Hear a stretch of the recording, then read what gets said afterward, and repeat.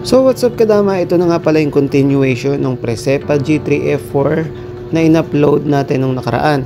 Bali hindi kasi natin na ipakita sa dama moves na yun kung paano yun magtatapos, pero dito ipapakita na natin. Pero babaliktarin muna natin at ang gagamitin nating application ay itong ating chess and checkers with customized board. Binaligtad lang natin para mas madali nyong magets, okay?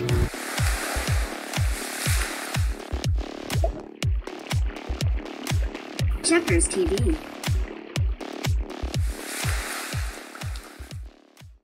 So ito kadama, no, sa point na to black na yung titira, at kung titignan natin yung position niya, wala naman talaga siyang ibang magandang tira kung hindi yung nasa 8 lang, okay?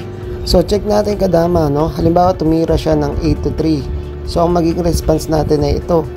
Tapos halimbawa nag-move siya dito sa 3 to 14, matatalo na siya kapag yun ang tinira niya, kasi papakain natin to, pagkain niya makakain tayo ng tatlo. So pangit na move yun para sa kanya.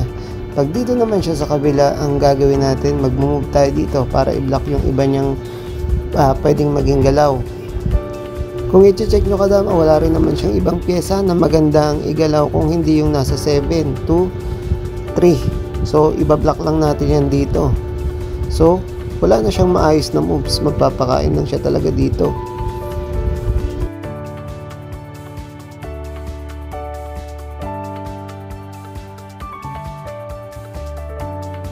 Magpakain man siya, atras lang siya, same pa rin yung scenario, same pa rin yung position. So wala na rin naman siya talagang gagalawan na maganda. Kumbaga lugi na sa position yung black dito.